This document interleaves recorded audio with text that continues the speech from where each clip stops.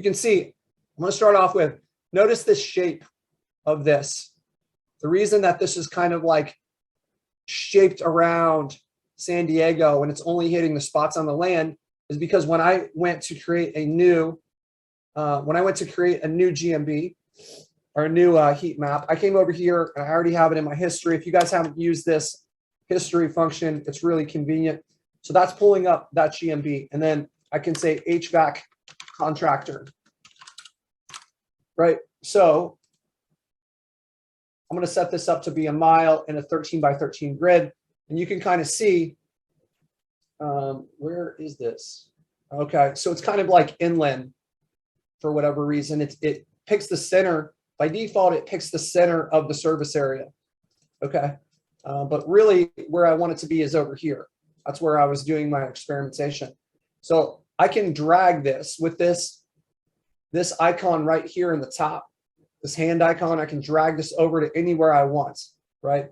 I can usually zoom out and in, and if I draw a square over here, it will move the grid points over to that, right? Something is weird with that. I don't know if that chat thing is getting in the way right now and it's preventing me from zooming in and out. Whoa. Hold on a second. Trippy. Had a little glitch there. It's probably Zoom's fault. All right, so we'll go back to HVAC San Diego King, and we're going to go with HVAC contractor. All right, and then I'm going to do 1 mile. I'm going to change this. This is going to be 13 by 13. Okay, so it's picking that area over there, but it doesn't, I don't have mile, to. I think. What's that? You did 0.1 mile, I think. That's all right. I'm going to change it anyways. I'm going to redraw this. So like one of the things I want to show you guys, you need to be able to make sure that you hit, let's do this. We'll change it to be 2.5 miles. There we go. All right, so you need to be able to hit the area that you want to target. This is important. The precision of the map is going to change based on how, like what the distance is between points, right? Because if I'm only sampling this every 2.5 miles, that's a lot different than if I'm sampling it once every tenth of a mile, right? So I want to hit this area right here. So I know that there's people over here and that's the center of their service area. But here's what I can do is I can use this center one here, this center choice, and I can draw this polygon around this. So I can just kind of like stay away from the ocean and hit the land in the area that I want. And so this is important because we're going to pay attention to the averages. And I'm going to just hit this kind of like meaty, wealthy part of San Diego right here, right? I know it gets more wealthy up here too, but this is the area that I'm going to go with. So being able to have the precision to kind of like target the exact area of what you want is very important. Okay. Once I redraw this and I have my own thing, this information over here, 2.5, it's no longer correct. Like I've basically, I have the same amount of points, but the area has changed that they're in. They're equally divided within this area. So it's no longer 2.5 miles. Okay. So I'm going to click on start and it's going to start that heat map. Okay. So I just wanted to make sure that you guys are aware of this functionality to be able to, with precision, not only move the map to the right area that you want to hit, but also to draw the shape of the grid. Because I don't want it going out onto the ocean and I didn't want it over here. I wanted it in this exact area. This is the area that I think is going to have the most bang for the buck if I'm trying to rake an HVAC company in San Diego. So let's go down. Now that we see how that works, let's go down and let's look at this one here. Okay, so this is one that I ran earlier today. I think, no, I ran this 5 days ago. This was the one that we have scheduled. And you can kind of see that, first of all, this is a huge area in San Diego, right? This is a massive area that has a lot of population. And when you have a lot of population in an area, the rankings are going to change quick because there's going to be more competition, right? So like, for instance, if this is somewhere out in the middle of Iowa and the distance between like this 10 and this 18 is 2 miles, That's different than if it's in the middle of San Diego or in the middle of Manhattan, right? It's going to be more competitive. So you can kind of think about, like if we go back to the analogy of the antenna with the signal, right? The bigger the antenna, the stronger the signal. The closer to the antenna we are, the stronger the signal. Well, let's introduce the concept of interference. The more competition there is, the more interference there is, and that's going to mess up your signal. So you need a bigger, stronger antenna if you're going to overpower the interference of a densely populated area with a lot of competition. So we can see that we're losing in this area out here, and we've kind of got like mixed results over here, right? We can see things are changing pretty quickly, 3, 5, 12, 20, right? If we're kind of going in that direction. And you can also see, you see this like Pancho Villa farmers market. That's kind of the spot where things start to go downhill, right? We're kind of like moving from like ranking well to okay, and then starts to get bad. So what you want to do is you really want to, we should draw a square around this, right? So if I were, let me see if I can annotate on this thing. Let's go. Okay, this will work. All right, so 1 second. All right, so you can kind of see this area. Maybe that's the wrong color. Hold on. Let's go with red. All right. All right. So this area right here, I want to have a better understanding of how I'm ranking in this area, because I want to start to move these. I'm not going to go out and try to target all of these guys out here. These are 20s. I've got to move them like 17 spots to be in the map. Where these ones over here, I only have to move like this 5. I only have to move him 2 spots before he's in the map. And in a densely populated area, having a 3 right here, that's going to bring in more leads. And what is also going to be true is that if I make this a 3, this is not going to stay as an 8. That's going to change. That's going to go down too. It could be that I make this a 3 and this becomes a 3 and this becomes a 3. And now I've got like this whole area here where all of a sudden when someone searches for that term, I'm ranking. Guys, this is huge because this is where our leads come from most of the time, right? And if we can get more leads, then we can get paid. We can get paid more. Our clients will be happier. So this is really important concept to really like focus in on the heat map and understand how you can move things within it. First, you have to have the data. Once we have the data, if you're out there and you're saying like, hey, I've got Google My Businesses and they're not ranking, this is like a part of, this is what you got to do. This is what, like, get in the game, right? Get your heat map in here and then start applying some of the strategies that we're going to talk about on this call today to this stuff. Okay. So right now I drew this huge area around San Diego, and this is the area that I'm ranking best in, where that red square is. And I know that this kind of like this Pancho Villa fish market is an area that I really want to pay attention to, because that's where things start to change. So let me get rid of this thing for a second and I'll show you what I did. So what I did is I came out here and I found this place, Pancho Villa Fish Market. And you can see this is the address for the place. So this is the address of the location that I really want to maybe build my heat map around and find out. But right now, I don't even know what the distance is between this. Maybe it's a couple miles between this. So what I think would be a great strategy is to draw a smaller square that covers this area and make the distance between the points a lot smaller, so we can get a much better understanding of where we're weak and where we're strong. Okay. And then I'm going to show you guys some strategies and how we can use that information. All right. So if I were to do a new heat map now, and I'm going to stick with this same HVAC San Diego King, right? And I'll do HVAC contractor. All right. So I'm going to make the distance between the points now a 1/4 mile, and we'll see what that looks like. So now we have more densely populated points. And notice down here, I think that, I don't know if you guys pay a lot of attention to this move the map functionality, but this is super useful. So I have the address, right? This is Pancho Villa's fish market thing. I love that name. And I'm going to come over here and I'm going to paste it in here.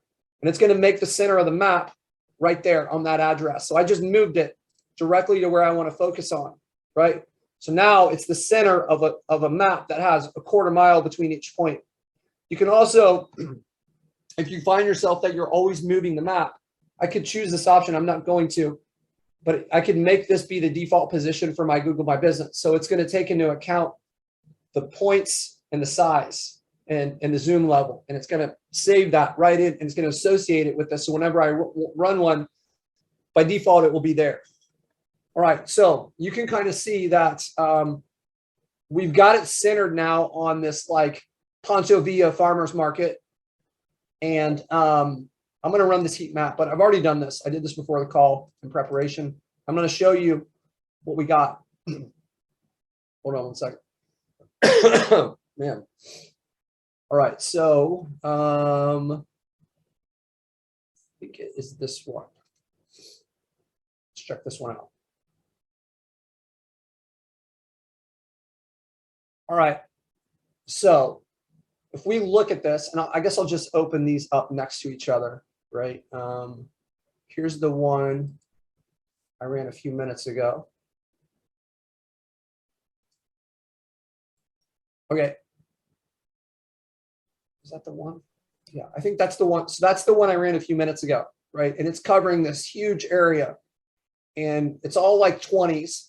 And it can be hard for us if we're evaluating this on a weekly basis and we're doing this huge area, it can be hard for us to really notice any type of movement. But this one, I've really zoomed in. So this little section right here is just like maybe like these 9 numbers right here. But we basically put the points a lot closer together. And now we can build a hyper-local strategy based on the data from the map, right? So I can come in here and I can zoom in here, and I really want to know. You can kind of see like Pancho Villa's farmers market and University Heights and Normal Heights and all of these little neighborhoods and areas around here. This is the kind of stuff you want to use when you're building, when you're going and you're going to really focus on improving these numbers, right? So you can see this is where it's a 4 or 5, and I can save this for next week when I run it again. So if I'm going to apply some strategies to this, right, I can click over here and save. And I can save this grid, and I can rerun it and have the exact same grid as last week. So I can have kind of like, can be testing my strategies, and I can be watching them move as I employ them, right? So what some of the things that we can be doing here, we can be getting our, what if we have a question on our Google My Business that says, do you guys provide HVAC service in Normal Heights, or like something like that? Or if I can get a review that says like, I have a house over here in Normal Heights, and I hired these HVAC contractors to come out to my home and do a new air conditioner installation, right? I want to make sure that I'm loading up this stuff with like the reviews, whether like if you have your contractor here, you can coach him on the types of words that should be used from his clients. Or if you're getting them through who knows what other source, then this is the kind of stuff that you want to make sure gets in there, right? You need to build your strategy around this stuff. First, we need to get hyper-local and find out. And by kind of zooming in on this a lot more, we can really understand it, and you can mention some of the stuff, right? So I could say, I have a home over here in Normal Heights. It's just west of Ward Canyon Neighborhood Park. Like, we can make it authentic, right? And I hired these HVAC contractors to come out and do the air conditioner installation. They did an awesome job. And then since then, my parents, who live over in Mission Valley East, right? So now I'm hitting this area, have also hired these contractors to come out. They didn't need an installation. For them, it was just an air conditioning repair. But both of us were in agreement that these guys were excellent, right? We want to kind of have these like lengthy reviews And you can use these to talk about and really hit these areas around town. This is huge, guys. This is how you're going to move the needle on this stuff. First, we get the information, and then we build up our strategies around it. Let's talk about it some more. We go over here inside of our Google accounts. If we were to go to the post section, so if you've got your API, if you guys don't have your API, I highly recommend that you get it, because this type of stuff it's huge for understanding like having the information that you need to be able to move things, right?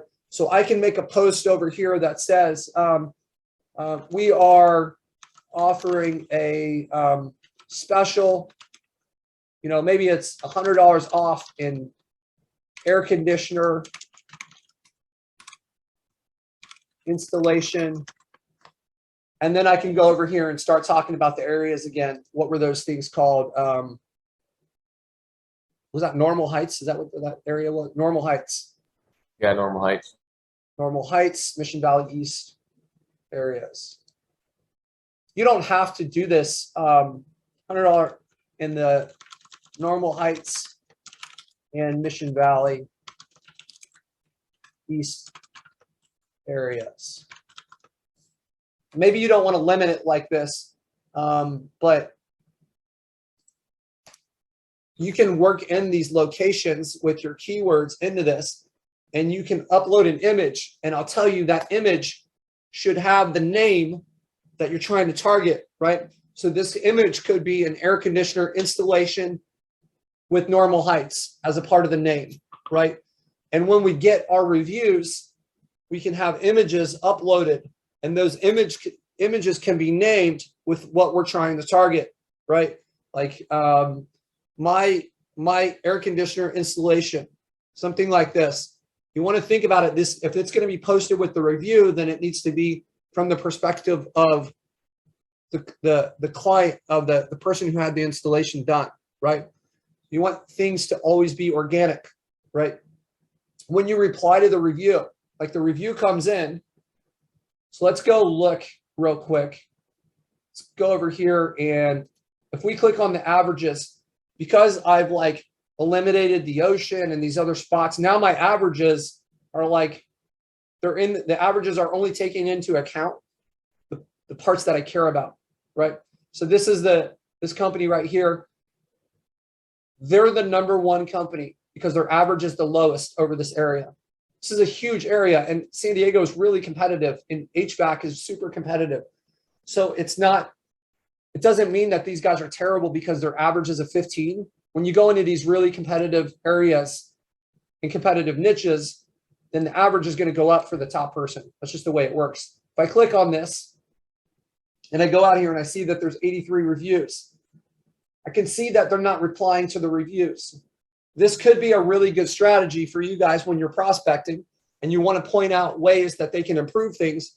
Like, hey, we have the software that allows you to reply to the reviews directly in it and lets us know whenever a review comes in. So like you want to reply to the reviews, and when you reply to the reviews, look at this review. Look how long this thing is. That's great. That's the type of reviews you guys want to get. You don't want to have a review that says, great job. You want this long one. Google values these more, right? And they need to be replied to. And when you reply to them, that's an opportunity for you guys to put in keywords, right? So, hey, we're happy that we had the opportunity to come out to your house in Normal Heights and install a new air conditioner. We appreciate the trust that you have put in us. And if you know of anyone else in the San Diego area, we would love to help. Or if you ever need air conditioning services in the San Diego area, again, we're happy to help, right? That's how the reply should be done, so that we can continue to build relevance to the Google My Business for the locations and the terms that we're really trying to target, right? So we want to just blast this thing nonstop with these things, right? So these all are kind of like a part of a strategy. And, Jeff and I recently had a conversation where there's parts of the strategy that we do that like we think like we think the reviews are huge. And there's other parts of the strategy that we're not as sure how much of a factor they are. But I'm basically going to take every advantage that I can get within, like, ethically, right? To move the dial for my properties. So if naming the photos maybe that's only like 1 unit of advantage, and maybe a review is 20 units, I'm still going to name the photos and I'm going to take that 1 unit. And if citations are 25 units, but maybe the bad citations are only 3, like, I don't care. I'm going to take those citations because I'm going to keep stacking this up. If you look at this area across San Diego and how competitive this is, like, you need to take every one of those advantages, right? Even if you've done your due diligence awesome and you're in a weak area where it's not going to be super difficult to rank, it will happen faster if you do these things. So you need to be doing all the different parts and pieces that are going to line up with you being able to rank this thing faster, right?